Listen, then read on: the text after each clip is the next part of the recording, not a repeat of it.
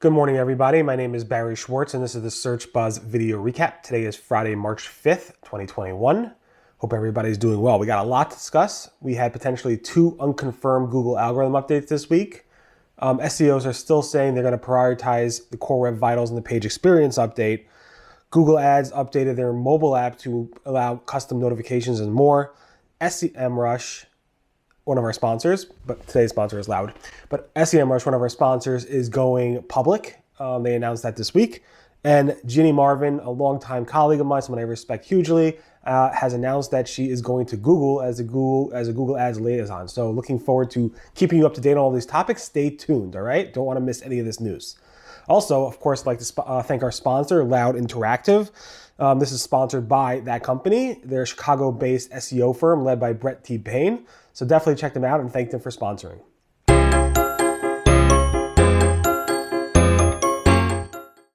All right, so first up, I posted the monthly Google Webmaster Report. This is obviously the March 2021 Google Webmaster Report. It was a very, very busy month. I'm not going to go through all of it, but definitely take a look at that. I posted on March 3rd. It will keep you up to date on what has changed over the month, and it'll give you a reminder of what's changed. And you can always click through and check out the February report if you missed that as well. It's full of really great nuggets. Like I said, we had 2 Google search ranking algorithm updates this week, unconfirmed, of course. The first or the second one, which is the most recent one, I reported about on March 4th. It seemed to happen on March 3rd, maybe end of March 2nd or so.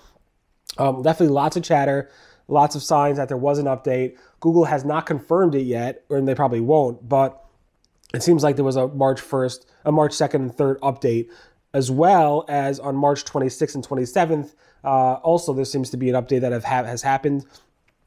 It was like a weekend update. I only reported about it on March 1st because I wanted to see how things settled. But there's definitely seems to be some ranking instabilities over the past, I think, 6 weeks or so now.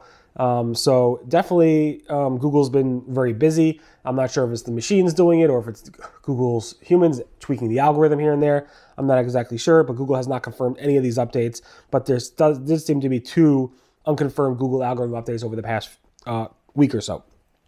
Aleda Solis went ahead and did a poll this week asking, as I mentioned last week, Google said that the Google Page Experience update will not result in a massive change to the rankings and the search results. And based on that, Aleda did a poll, which got about 320 responses. A lot of those responses actually were like, I just want to see the results. But it resulted in saying that still about 69% of SEOs will still go ahead and prioritize their Core Web Vitals, Page Experience efforts in SEO, which is interesting. Only 9% said they never prioritized it, and 22% said they won't prioritize it. So it's pretty interesting to see that they will still prioritize these efforts. I assume in those cases, most of the other SEO things they could do are all done. But obviously it all depends on priorities. Like if a site has no title tags, you want to fix those first and so forth. Obviously it doesn't hurt. It's a really good thing if you go ahead and solve those core vital issues. It helps the conversions, helps with happier users, and it might help with rankings a little bit. But it's just interesting to see that poll. Max Prin from Merkle has this website called Technical SEO. It's basically a free set of tools, wonderful tools about technical SEO tools. And one of those tools is their own fetch and render tool, similar to the Google fetch and render tool that you have in Google Search Console.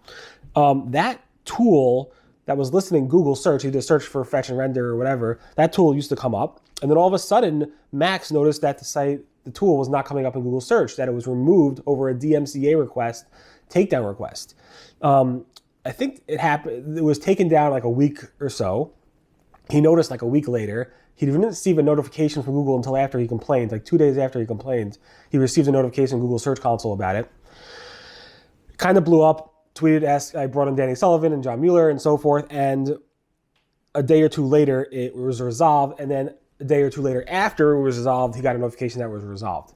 It just seems too late. Like if your site is taken down or a page on your site is taken down by a DMCA request, you should know in Google Search Console to tell you immediately within 24 hours. To get a notification a week later that there's an issue when this issue was not legit. This DMCA request was not legit. Google reversed it eventually. But that page was down for about a week and a half or so. It wasn't showing up in the search results. That's an issue. Obviously, this is a free tool. It didn't really cost the guy money or the company money. But if it was one of your bread and butter terms, it could go ahead and cause major issues. And I hope it doesn't start causing issues where SEOs use this as some type of negative SEO attack where they're removing pages. So I assume this is already happening, but Google needs to act faster, at least in Google Search Console notifications about this, so that webmasters could act faster. Just another thing, we know this, but I'm just restating it. Google's John Mueller said that if your rich results have disappeared from Google search results, like the stars and whatever, price schema and so forth, all your structured data stuff that richen up your results, if they're not showing for your page, and it's not a technical issue, you debugged all that stuff, it probably is a site quality issue, a site-wide quality issue. We covered this before numerous times. Yes, there are benchmarks for different types of rich results to meet a certain benchmark of quality. And if you don't meet that quality, you are not going to go ahead and show rich results for your site. John Mueller also recommended that if you have a large website, it's recommended to do a pyramid scheme with your site, meaning the top level pages going down your navigation to the longer pages. You can't have a navigation structure with mega site navigation on your header with tens of thousands of links. It just doesn't work. Usually 100 links maybe on your navigation. It's just too much for users to consume. Max 100, I guess. I would think like 20 is probably good, 50. Depends on the site structure, how you break it out. But to have all your links in your mega navigation for a site that is like 1 billion URLs or 1 million URLs is impossible. And that's why the pyramid structure works well. It's nothing new, but he believes that is the best for large websites. Also, to communicate to Google what your most important pages are is based on that pyramid structure. John Mueller was asked, I have an XML sitemap. Only 10% of those URLs in that XML sitemap has been indexed. How do I go ahead and tell Google I want more of those pages to be indexed? How do I say these are important pages? There used to be a priority tag. There is a priority tag in Google Sitemaps. Google ignores that attribute. So how do you communicate that to Google? And John Mueller said it's based on your internal navigation and how you link internally. The links from your most important pages, generally your homepage, and how those linked out and how far deep those links are. And again, the whole pyramid structure goes into play there as well. Of course, you want to highlight your most important pages from your homepage. And then we moved on to pagination.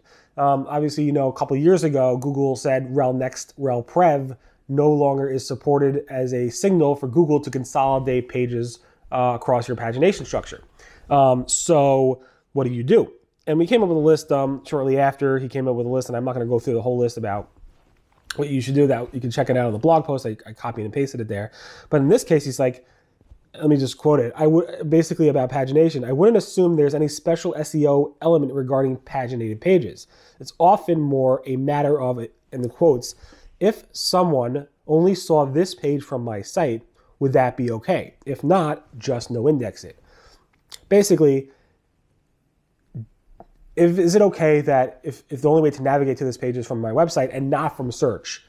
If you don't need that page to be in search, no index the page and everything will be fine. Of course, it would be great if Google had a way to consolidate these paginated pages, but they took that away for some reason. And I guess it's gone forever. Google Chrome will support, like I said, the text to scroll or the scroll to text feature where you click on something on a feature snippet or some other thing and it anchors you down and highlights that text. So Google Chrome, I think version 90 will support colored, which we discussed previously, but they're now going to also support, I'm not sure which version of Chrome, but scroll to video and scroll to image. So not just scroll to text, but scroll to video and scroll to image, which is pretty cool. And that will probably be supported in search as well when you click on the image or the featured snippet images or videos. Google is testing see results that mention filter again. We covered it a couple of months ago, and now they're testing it not just on the right-hand side, which they tested originally, also on the left-hand side and across the top. So we saw multiple tests of that, and it seems like Google is expanding that release. Google Ads app, the mobile app, now supports custom notifications, specifically so that you can actually configure the types of notifications you want to get into Google Ads. So you have Google Ads on your iPhone or Android and you want to be notified of something, it will now notify you of major performance insights drops or increases, like crazy increases in cost per clicks or click-through rates and so forth. Or you can actually set custom notifications to be alerted about certain alerts, which now gives you more power and control to be notified of certain things. Google Ads also announced a new ads policy, evasive ad content policy. And that evasive ad content policy is not coming out till May 4th, so may the 4th be with you. All right, bad joke. And it will extend to prohibitive manipulations of trademark terms in ad text to domains, subdomains, and logos, prohibitive usage of invisible Unicode characters, which you see a lot in ads, that add no value to the ad content for users, and disallow manipulations of images or videos to hide policy violating content. Again, that will go live May 4th. You won't be suspended for doing this. You'll be notified and so forth. Google My Business has launched a new help doc that it really goes through and explains what we covered before, the new device and platform breakdowns. So it's very interesting to see that. If you want to look more about that, take a look at that. I wrote about it yesterday. SEMrush, which is how I used to call them SEMrush, but I'm trying to learn how to call them SEMrush, announced that they are going to be going public. The company had received a $40 million funding, I think, in 2018. Since then, they've been putting a lot of that money towards building up the company and revenue base, and mostly building up the paying customers by a lot of marketing. Last year, they spent about, I think, $55 million in advertising and marketing to gain new customers, and it worked. They have about 67,000 paying customers, more than any other of their competitors, supposedly. They had $144 million in revenue, $95 million in gross profit, but a $7 million net loss because of all that advertising.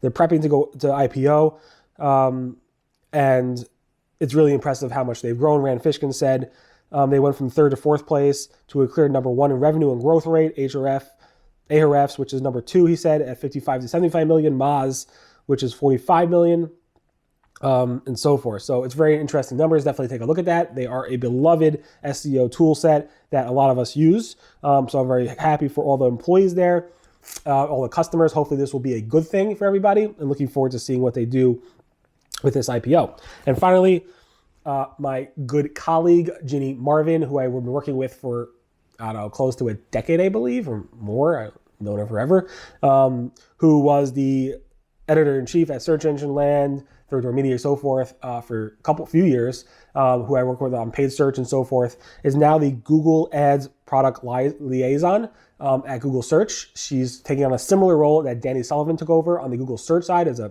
Google Search liaison. And she's going to be, right now, she just announced it this week that she is working for Google. This is great news. I'm very happy for her. I think it's great for the community, and I'm looking forward to seeing how she kind of helps bridge the paid search community on the SEO, SEM side with Google, and try to make a difference in terms of policy changes and getting the message to the Google Ads team. In any event, thank you so much for listening to the Search Buzz video recap. My name again is Barry Schwartz. This is the search news we covered over at the Search Engine Roundtable at SERoundtable.com over the past week. Of course, thank you so much to Loud Interactive for sponsoring. I really do appreciate it. Everyone have a great weekend, and I'll see you guys next. Be healthy, be well. Bye-bye.